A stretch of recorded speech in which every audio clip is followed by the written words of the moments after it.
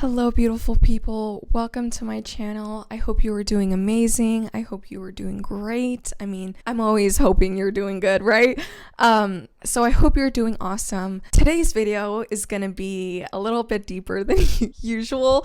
I mean, I guess you could say to some degree all of my videos are somewhat deep, but like this is a topic that in my head I've tried figuring out how I'm going to approach it, what I want to say, and all of that. So here are 10 things that I learned because of my mom's death. I have a list right here so I don't forget. I wrote a list down. I made a list because I was like just jotting down all my ideas and I was like, I need to write this down or else I'm going to forget. So I have a list here and I'm just going to be going through, the 10 things and kind of explaining a little bit. If you take anything away from this, even if it's something small, I hope that it brings you some type of peace and comfort if you experience this in some type of way. So yeah, here we go. Number 1. Now, for some people, this is going to be really obvious, and to me, this is even obvious, but I feel like some people forget. Everybody experiences and processes grief differently. Every single person. And this is something I didn't really know until the grief around me was happening, and I could really see how everybody was dealing with it differently. And, it gave me a different perspective on it. But for me personally, the reason why I'm starting off with this one is because it's so important that you are gentle with yourself, that you recognize what you're going through, and that it's you that brings that care and love to yourself. At least in my experience and in my family. After my mom passed away, there was a whole life shift that happened, right? But I almost felt like after she passed away, I feel like there's this thing with my family where when something traumatic happens or something crazy happens, like we talk about it like within that month or whatever, but it's like it's never talked about after. No, there was nothing brought up about mental and emotional health. None of that was brought up between me and my sister. Even though we were being cared for through, everything else, that emotional and mental neglect that I felt was really strong, and it kind of made me feel like I couldn't process my grief, like I just had to keep going, I just had to keep focusing on school and stuff like that. For example, when she passed away when I was in 7th grade. Okay, 7th grade year for me was very hard for me. I mean, that was the time where I got the most C's and D's ever. I mean, I usually was always an A, B student, and when that happened, my grades just went downhill. And it wasn't like I was intentionally wanting them to be like that, but I seriously did not have the mental emotional capacity to deal with school like that, especially after all of that fucking trauma that I went through. It was so hard for me to focus. It was so hard for me to feel like I was doing something good. Like it was so hard for me to find that balance in my life. So now looking back, I finally understand, like, Gabby, you're just processing grief differently. Like all of this that you're going through is just because you're processing it differently. Nothing is wrong with you. Just because somebody else is doing something that you wish you could, but you can't, doesn't mean that something is wrong with you. And it finally made me realize, like, you know what? Everybody does experience and processes grief differently. And if people try to make you feel bad for taking your time with it, fuck them. Okay? Fuck them, because there's no reason why somebody should rush the process of grief at all. Number 2. Death is never the fucking end. When my mom passed, like, I knew that before she passed away because my mom would tell me about like certain signs she would get from her parents and stuff like that, and I'd be like, oh my god, that's so cool. But I didn't really truly believe it myself until she passed away and until I felt her everywhere. I mean, I was getting signs from her left and right. Like it was crazy, and it really opened my mind and made me realize, like, Gabby, there's no way that this is the end. If she is able to still communicate with you even after she's dead, are you kidding me? And I think that discovery was the most comforting thing for me ever, because it also goes back to energy, right? And what energy is, because energy never dies. The physical body might die, but that soul is your energy. That soul is energy, and that means that never dies. I mean, that opened my heart and just made the passings that I had in the future so much easier for me to process and to understand. Number 3. Now, this one kind of coincides with number 1, but grief is not linear, okay? When I was really in the midst of my grief and stuff like that, I had a music teacher, and she said this phrase, and it stuck with me. She said, grief is kind of like waves. That is the best explanation I could put for grief. Grief is like a wave. It's like you're riding a wave of an ocean. Some days you're going to feel good, and you're going to feel at peace, and you're going to be feeling fine. But then there's going to be some days where that shit sneaks up on you, and something reminds you of a memory, something reminds you of something, and bam, it hits you. It's a lot sometimes, because you're like, oh shit, I didn't know that this was like still in me. I didn't know that I was really feeling like this. But that is when you are supposed to give yourself the most compassion, the most love, because that's what grief does. Grief is gonna sneak up on your ass, and it doesn't give a fuck, okay? So those are the times where you gotta be gentle with yourself. You have to calm yourself and understand that this shall too. What is the phrase? That this too shall pass. This too shall pass, right? Something. A Bible verse. Is that a Bible verse? I don't even know. You know that phrase, this too shall pass. Like, so whatever, like those harsh emotions that hit you like waves, those will pass. I promise. Number 4, life is going to get better. When you're in such muddy situations, when you're in the midst of a storm, the last thing you want to tell yourself is, oh, life is going to get better after this, right? Life is going to be so awesome. No, because when you're in that, you're like, I fucking hate it, right? But life always has a way of turning things around. Yin and yang, baby. Yin and yang. There cannot be dark without lightness. There cannot be lightness without dark. So when you're in that mud, that is your indicator that things will start to get better, and that things will get better. Especially when you're in the beginning of that grief, stressing about how am I going to feel good again? You know, what am I going to do? Be patient with yourself, baby, okay? You just went through a shit ton of things. Feeling good is not going to be your immediate reaction to that. You need to have that time for yourself. You need to breathe. You need to allow your body and your mind to process what the fuck is going on. But no, while that's happening, the universe is already setting up new things for you to explore, to enjoy. The universe is already figuring out, oh, what's her next blessing gonna be? And sometimes that death that you do go through is the blessing in disguise. Sometimes you don't realize that until years after. So life always gets better. It always gets better. Okay, number 5. I didn't realize how important it is to actually have a mother figure in your life. And I didn't realize how much that can impact a young girl's life until I'm at the age right now where I was like, damn. That's the truth. Excuse me.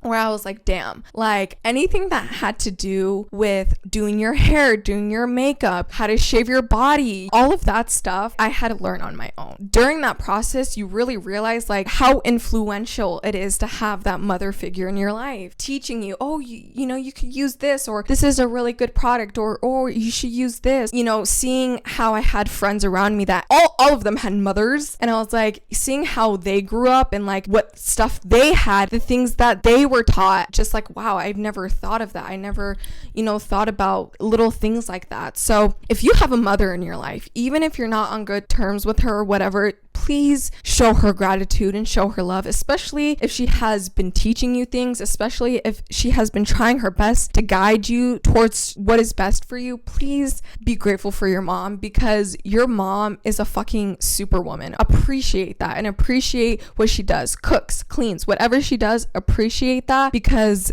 mother figures, the motherly energy is so significant. Love your mom, okay? That's all I gotta say. Love your mom and what she has to offer for you. Okay. Number 6, I truly believe that there's some souls that decide to depart early, or that decide to depart before you, so you are able to live out certain life lessons and life experiences. I truly believe that. And who knows what could have happened if my mom decided to get, you know, the treatment, decided to really push through. Who knows? But when she came here, her soul knew that it was going to be here for not a very long amount of time. But even though it wasn't that long, the impact that it has had on my soul, my sister's soul, my dad's soul is fucking tremendous. tremendous. I mean, my mom's death has been such a fucking catalyst to everything I'm learning right now. And it's not just her. It wasn't just her, but like a big part of her leaving my life has guided me to what I love and what I desire and what I truly believe I'm supposed to do in this world. You know, some souls, even though they die, their soul knows that they're doing it for a good reason. Don't just write it off, okay? They're teaching you something. Even if it's something harsh, they're teaching you something. Number 7, there's always a reason for every single thing on this earth. I don't care how crazy traumatic it is. There's always a purpose. There's always a lesson to be learned. Your biggest life changes in life, there's always a reason for it. If there's one thing that my mom's passing has taught me, is that there's a reason for everything. Every little thing in this universe is perfectly constructed. Like whatever it may be, the universe knows what the fuck it's doing. Even when you don't know what the fuck is happening, the universe is standing behind you like, this bitch doesn't even fucking know, right? Like the universe knows. When something happens, quote unquote bad or sad, the universe is pointing, and there's a lesson that needs to be learned there. There's something that needs to be learned there, okay? Just saying. Number 8, faith and trust. Oh man, holy shit, that is the heart of life. Having the faith and the trust in the universe is what's gonna get you through those harsh times. It's what's gonna help you push through. Telling yourself, okay, everything is okay. Everything is happening the way it's supposed to happen, even when you're in the middle of chaos. That faith and that trust is what's gonna get you through it. I mean, having my faith and my trust with me throughout this whole journey, it's what's kept me believing that good things can happen and that good things still can happen even when shitty things happen. It's so important to have your faith. It's so important to have that trust. And if you don't have that, start to learn to cultivate that. Cultivate it within yourself. Learn how to trust yourself with like whatever daily tasks, things you need to do. Learn how to trust yourself and you will start learning to trust the universe more too. If you want to test the universe, ask the universe for a sign. Ask for a sign of a certain bird, a certain animal, whatever it may be. Ask it, okay? And see how the universe is going to return it to you. And that will help you build that trust and that faith in the universe. Number 9, the universe waits for no one. The universe cares, but the universe doesn't wait, okay? So if it's your soul's time to learn something, if it's your soul's time to get some knowledge into you, guess what? The universe is going to push that. That's why people say you don't have control. You don't have control over the situations that happen to you, the things that happen to you. Like, yes, you do, but you don't, right? So when something happens to you, listen, you can't change it. You can't do anything about it. So deal with it, live with it, and learn from it. That is like a motto, because if you sit there and complain and just cry about how shitty life is, I mean, your life is going to stay shitty. It's going to continue to stay shitty. But if you understand that the universe does this to everybody and that it's going to give you what you need at the time that you need to learn it, things get easier. Things become more clear to you. So allow the universe to do what it needs to do and just observe. I just sit back and observe like that, okay? Sit back and observe and just chill out, because everything is supposed to happen the way it's supposed to happen. And number 10, forgiveness. My mom's death taught me forgiveness, not only for her, but also for myself. When she passed away, there was a part of myself that felt like I should have done more, but I was a kid. I was a damn kid, bruh. I barely knew what the fuck was going on with me. Why am I gonna put all that pressure on myself? Reflecting on the years, I've realized that beating myself up for thinking I should have done more or that I could have done more is a waste of energy, because I did exactly what I needed to do at that time with the knowledge that I had. I was so fucking young. I barely understood what was going on. So knowing that, I only had like a certain amount of knowledge that I could rely back to. So, you know, the more time went on, it was a really important thing for me to forgive myself and to forgive myself for what I did, for what others did, and that includes my mom as well, because when she died, there was some resentment of like, why the fuck did you leave? Why did you have to go? And there was that anger that I almost had. But I realized that, first of all, it was her time to leave, but also my mom tried the best that she could. And for her, it was 10 times harder because she had a sickness attached to her. Her mobility was very limited. So for her, I mean, she wanted to, it wasn't like when my mom and my dad had me, they were in a completely different state, right? So it wasn't like when she was pregnant with me. I'm pretty sure the last thing on her mind was us wanting to care for her. So for for me to like have that anger towards her and even towards my dad, it's a waste of energy because they have tried the best that they could with the knowledge that they had, you know, and we have to let that go. We can't change that type of stuff. So it's so important that we leave room for forgiveness within ourselves and forgiveness within our parents as well, because we're all trying our best. We're all trying our best. And if you can forgive yourself, you can also learn to forgive others.